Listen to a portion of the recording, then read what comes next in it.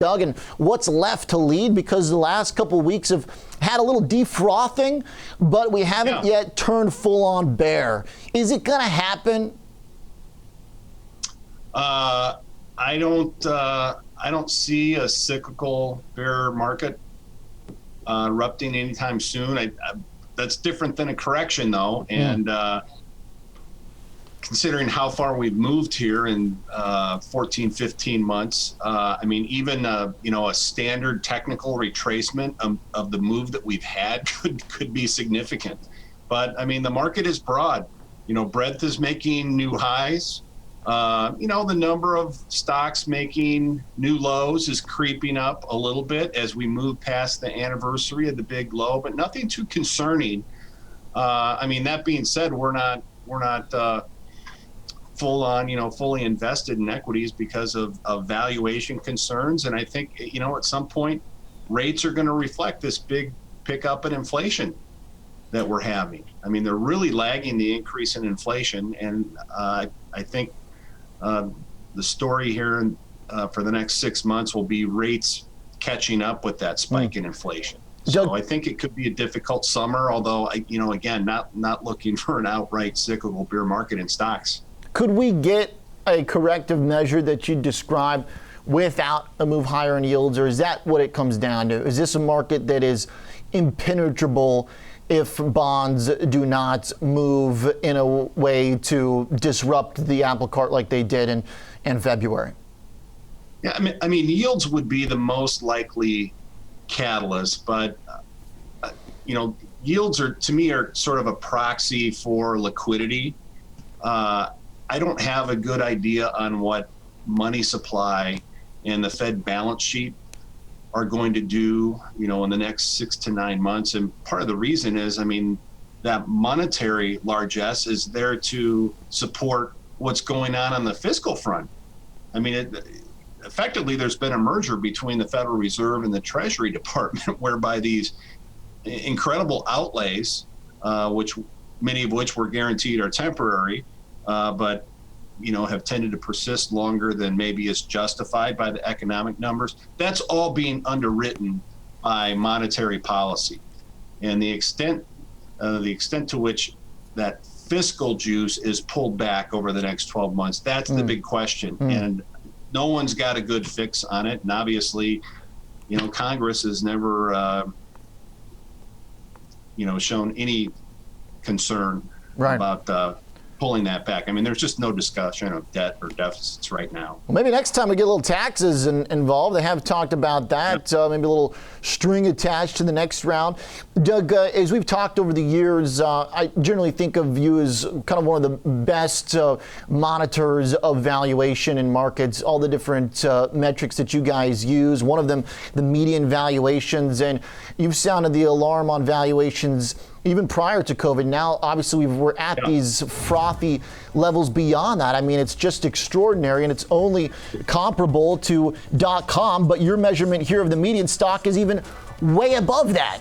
So how brutal could that sort of corrective measure be if and when it comes?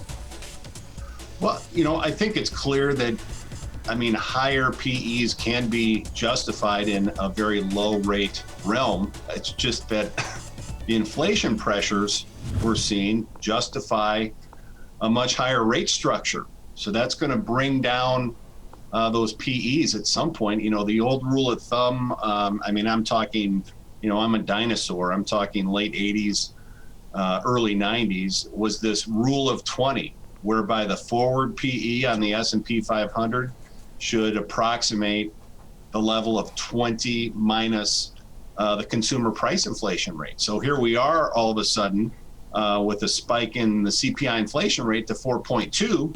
That implies then a forward PE of a bit under 16. And here we are at 23. So, it's very clear that, the market is pricing in an inflation pickup that is merely going to be transitory. So when we think about valuations, Doug, the way I think about the market is you've got fundamentals, and then you've got speculation, of course, in stocks. And one way to approximate that is thinking about earnings that these companies make as the fundamentals, and the amount we pay for those earnings is the speculative froth. And that's where I want to get a little weird here and bring some Bitcoin into the conversation, because I also have described this as just kind of being the purest sentiment gauge out there. How willing are people to take risk in their investments? If we have the crypto world rolling over, which it kind of is right now, what do you think about its potential to signal at least valuation peak? Nothing to do with earnings, but what about valuation for the stock market? Right. Historically, I mean, measures of speculative fervor tend to peak out prior to the peak in prices. I mean, our sentiment work here at the Luthol Group, we look at 30, 35 measures. I mean, we score 30 or 35 of them each week. We look at a lot more. You know, that stuff peaked out sort of coincident with the squeeze in GameStop. So, 3+ months ago. Usually the top in prices follows the peak in speculation by 5 or 6 months. I mean, it's not a science, but I mean, generally, sentiment follows momentum, and momentum was greater coming into this year than it is now, although we're still, right around new highs. So, but I think what's going on with Bitcoin is maybe, and everyone has known it's not environmentally friendly, but somehow it took Elon Musk for saying that for people to pay attention. I think the bloom is off of Bitcoin. So I think it's an issue maybe unique to Bitcoin. I think crypto will survive, and we will have something down the road that potentially could replace the dollar. I'm talking 15, 20 years, or be a serious supplement to the dollar, maybe a government sponsored form of crypto, some sort of ledger system. That could happen, but I don't think that Bitcoin is going to be the big survivor out of all this. Okay, so but I do think certainly it is a measure of speculative intensity, and when I look at that, the breakdown in Bitcoin, to me it looks like the breakdown in SPACs. It looks like the breakdown in the IPOs as well. I like that speculative intensity, Doug. Another measure of that maybe is how folks are willing to buy on debt and buy stocks with loans, and margin debt has been climbing. But there's also just generally a direct relationship. As stock prices go up and market cap goes up, the amount of margin debt will scale up appropriately. But it seems like you have a way to try and maybe extract that a little bit. Am I right? Is that the excess growth in margin debt? Walk me through this. Yeah, you nailed it. That's exactly what we're looking at. The margin debt numbers come out monthly and with a little bit of a time lag. So what we like to monitor, and you mentioned just sort of the raw rate of change in margin debt, the growth, it was up 72% in the month of March from a year ago. The issue is, March 2020 was an historic market low, and the market was up from month end March 2020 to month end March 2021 about 54%. So the excess growth rate in margin debt is less than 20%.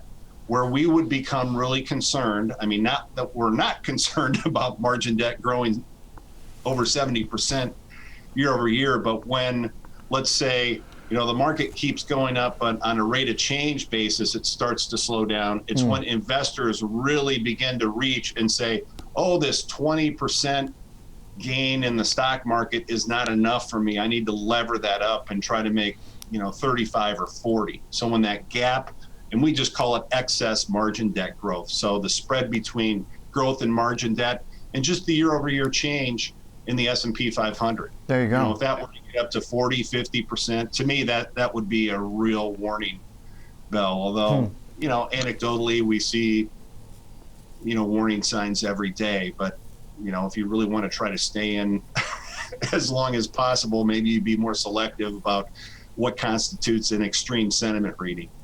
So this is interesting, where the level right now is not at an absolute comparison to pre-housing crisis or .com, but it is the highest since those levels since '08.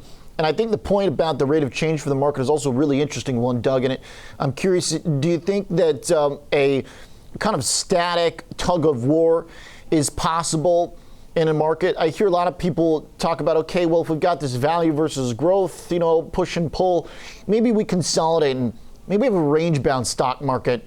But with all these sentiment measures that you're pointing out here, when people have become accustomed to seeing the gains that we've gotten over the past 2 years, is that possible? Can you get a sideways market, or is this a thing that goes up or it goes down? I think, well, mentioned interest rates as a potential catalyst. I think if you do get this rate rise we're expecting, I just sort of view this last 2-month trading range, 160, 170 here on the 10-year as, it's forming the launching pad for the next move higher as rates finally begin to reflect the inflation pickup that we've had. That to me would accelerate this rotation, and it's been halting at this point. We've had a couple little mini cycles even year to date, but I think that would signal more significant exodus out of the large cap growth stocks that have been beneficiaries of this decade plus of very low interest rates that we've had, the so-called long duration stocks, which, by the way, not only benefited from the long-term drop in interest rates, but more recently benefited, a lot of them, from a pulling forward of demand. And I'm talking about the big technology companies that benefited. People moved to the Zoom meetings and just technology to support working from anywhere but work. Yeah. All right. So I think that's the idea that their earnings may be short-term inflated, and then the discount rate of those long duration earnings could be going up. So I think those are vulnerable. I do think there's a long-term rotation still with the ways to go in favor of value and mid and small. As a matter of fact, we coined a little, Tina has long been the argument there is no alternative to own stocks relative to bonds. Well, if you must be fully invested in stocks, we've suggested Tina's sister, which would be Samara. Smalls and mids are relatively attractive. You're reaching. If you look at the PEs on mids and all the valuation ratios, cyclically adjusted PEs, price to cash flow, mid and small cap stocks are as expensive as they've ever been, but relative to the outlandish valuations on some of the large caps, they're actually still sort of bottom decile in terms of relative valuations. So Samara is, again, a sister argument to Tina, but it would be for those who want to stay fully invested in the stock market. I do think there'll be 3 to 5 year winners over large caps at these comparative valuations. Doesn't mean they can't go down a lot in a corrective process, and they usually go down more than large caps. But if you can ride that out, I just think that any degree of relative valuation normalization is going to favor those mid caps and small caps, and within both mid and small, value over growth.